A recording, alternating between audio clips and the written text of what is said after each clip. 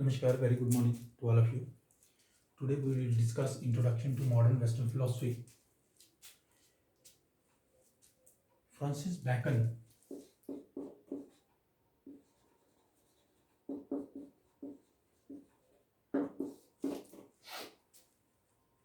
who started in the modern times the independent culture of philosophy.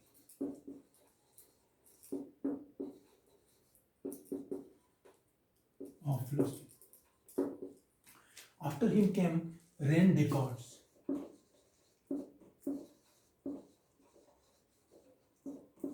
And Rene Descartes gives a new dimension to philosophy.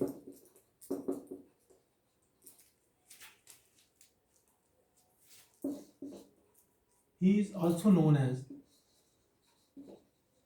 father of modern Western philosophy.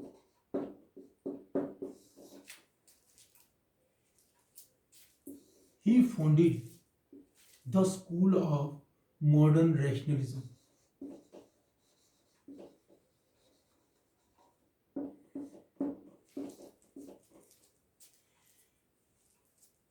He is a prominent philosopher in the modern times. No doubt he was influenced by the medieval times of religious philosophy. Actually, philosophy achieves its heights in the modern Western philosophy. The reason is that during the medieval period, both in India and in West, both East and West, India and West, there is a dark age in philosophy. There is a dark age in philosophy. If we see India, in the ancient time there are many philosophers in schools like Buddhism, Jainism, Charvak, and the Vedic culture, Vedic philosophy, mentioned before Vedas, is also a rich source of philosophy. But after that in the medieval period, there is no development in philosophy. Similarly, in the West, there are Greek philosophers like Parmenides, Protagoras, Heraclitus, Plato, Aristotle, Socrates. There are a number of figures. But after that, in the medieval period, there is no philosophy or philosopher. There are philosophers, but they are religious philosophers. They used their whole energy to justify their religion. What happens in 2000 BC, 4000 years before today, there is Hinduism or the Vedic culture developed. And in 0 BC, or you can say 32 BC, Jesus Christ born, there starts a culture of religious philosophy in the West to justify Christianity, to spread Christianity. After that, in the 6th century AD,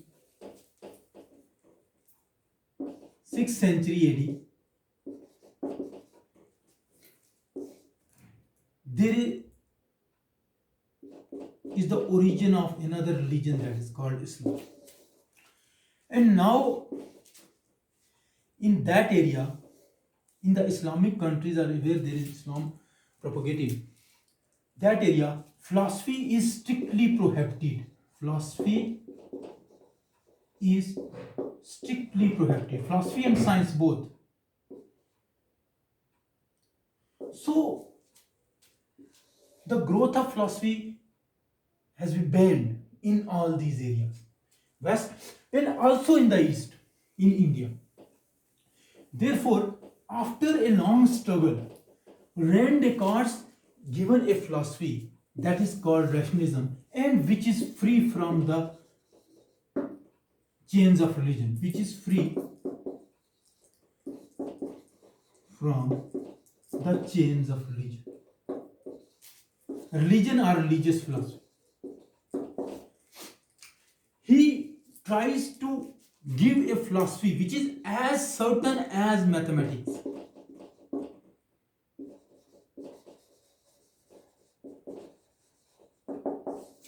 Like mathematics, he wants to give a philosophy. For that reason, he also given a very important method, that is Cartesian method of doubting. He says Rene Descartes' Cartesian method, and that is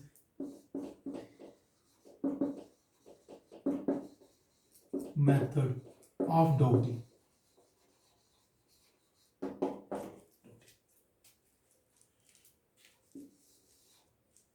He also gave a very popular theory that is called cogito ergo sum, which means I think, therefore I am. I think, therefore I am.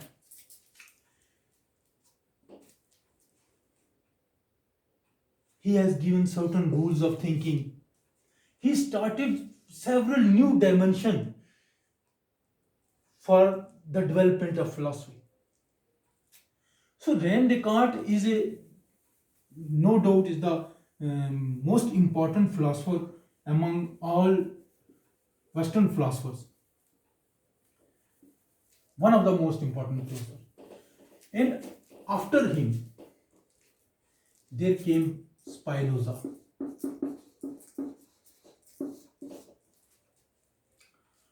Bendict Spinoza, he given a system that is very similar to monism. He says in the universe there is only one substance.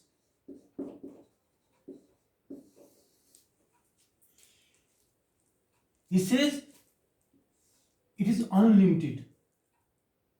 It has no restraints, no borders, no limits. It is absolute. And he says there are several attributes it has. Attributes it has. And these attributes further has modes.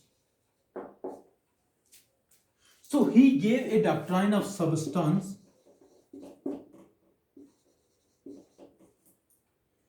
attributes, and modes. Just like this board is the whole universe. If you imagine, or let's suppose that this board is the whole universe. Spinoza says this board, this whole universe or this board is the substance. What are the qualities or attributes if this substance has? These are attributes. It has infinite number of attributes, and we know only two. That is mind and body. Means matter and consciousness are the two attributes of it. And these attributes has a number of modes. These modes are the particular objects of the world. He tries to develop a system, a substance, and it is also compared with Shankaracharya's philosophy.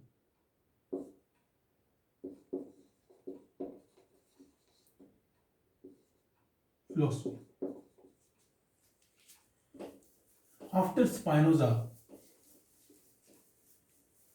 there is another philosopher who justifies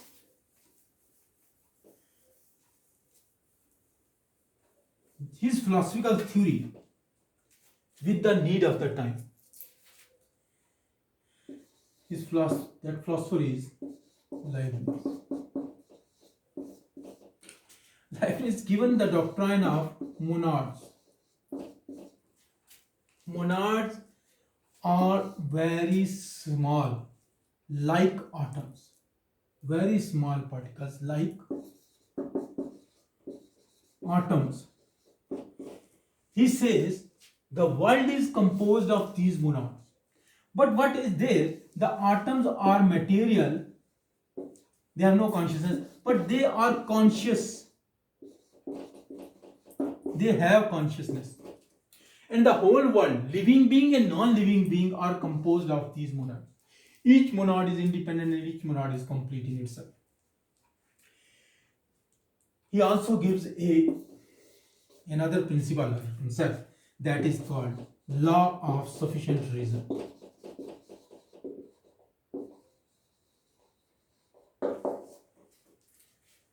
Leibniz was the rationalist. During his time, rationalism achieved its absolute heights. After Leibniz, there is a criticism of rationalism. As rationalism says that reason is the primary source of knowledge.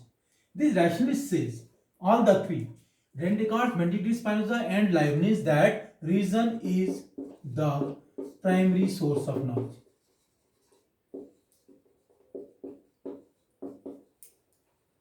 No.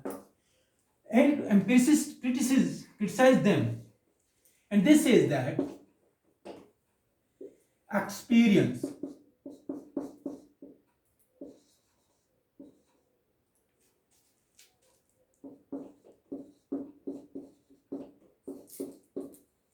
primary source of knowledge.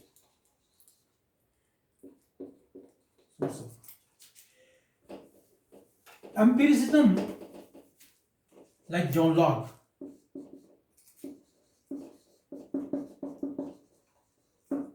the first philosopher is John Locke. He says that all knowledge is derived through sense data.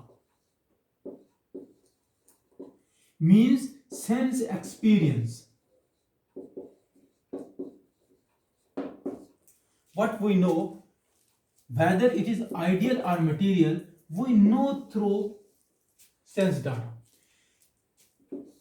Sense experience gives the mind message, and then message organize that experience and develop an idea of that thing. He says these ideas are abstractions. As rationalist says that ideas are innate, they reject that ideas are not innate, but they are the abstraction. He says these ideas may be simple, may be complex,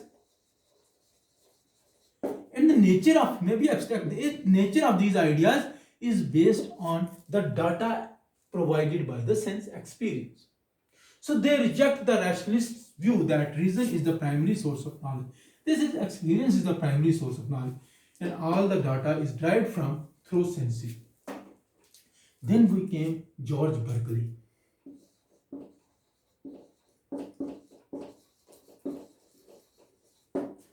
George Berkeley is very important. He raises the issue of importance of language in philosophy. Linguistic philosophy is rooted in George Berkeley. He also given an important theory that is popularly known as essayist perception.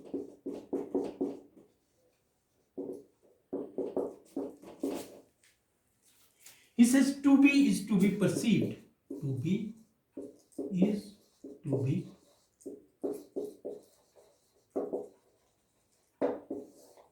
He says anything in the world which is perceived exists, which don't perceived doesn't exist. It raises several challenges, criticisms from other philosophers. And he resolved all this and answered them. After him, the most important empiricist philosopher came who changed the dimensions of philosophy, that is David Hume.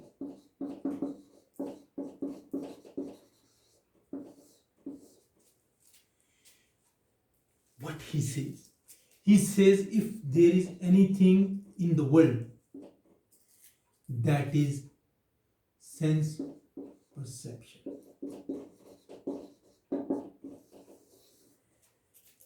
anything in the world is perception. There is nothing except perceptions. He rejects that there is permanent world.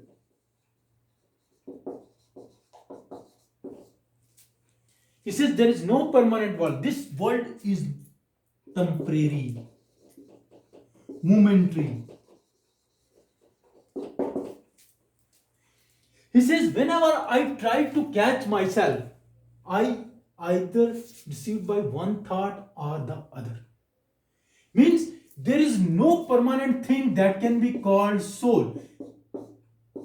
I am unable to conceive that permanent soul. He says mind is nothing. Mind is nothing but a bundle of perceptions. But a bundle of perceptions.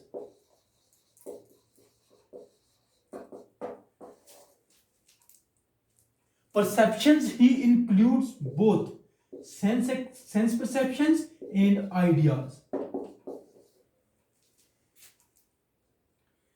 He says sensation and reflection, ideas of sensation and ideas of reflection. Therefore, for Hume, there is no permanent soul, neither there is any permanent world. He also rejects the existence of God. He says there is no sense experience which explains me. Any source or any reason on the basis of which I can say that there is God and that there is permanent God.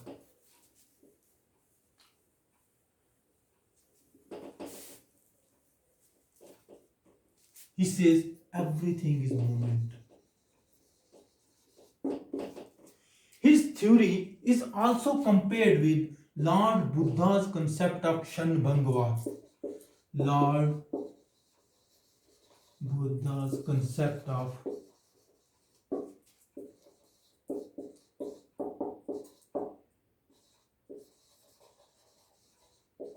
Shanbhangva. That is the doctrine of momentariness. It is also called the theory of causation.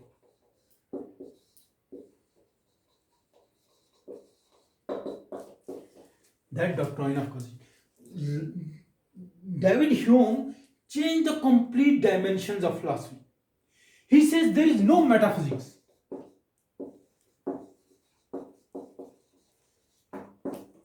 Means the world here and world after death, what is God? No metaphysics. He says metaphysics is a blunder. And there is no source on the basis of which we can say that there is some metaphysical identity or exists. Hume gives a number of contemporary schools of Western philosophy. Every school is rooted in Hume. He gives a new dimension to philosophy. After Hume, there is a prominent philosopher that is called Immanuel Kant. He is very particular, disciplined philosopher. He is known for his particularity and discipline. His philosophy is popularly known as Transcendentalism.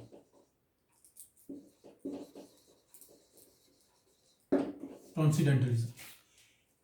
He says that empiricists are wrong, rationalists are also wrong. But there is a way, there is a point where some partially empiricists are right and partially rationalists are right. And at that point, he developed a theory which has both the elements of rationalism and empiricism. And that is called synthetic Empiricism or synthetic empiricism.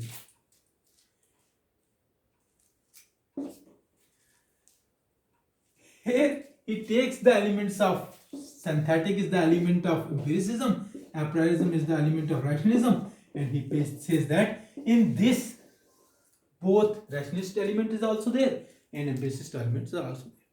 He also given noumena and phenomena, and he developed this theory because Hume rejects the possibility of knowledge, the possibility of certain knowledge, or the possibility of the knowledge of certain things. So therefore Immanuel Kant finds a way and tries to get out of the chaos and confusion. Therefore, after Hume, there is Hegel. Hegel is also one of the very important Western philosopher. Idealism, Hegel and F.H. Bradley. Their idealism is very popular and famous. Hegel is also given dialectic idealism. Dialectic method is also Hegel's known. He also given the concept of thesis and antithesis.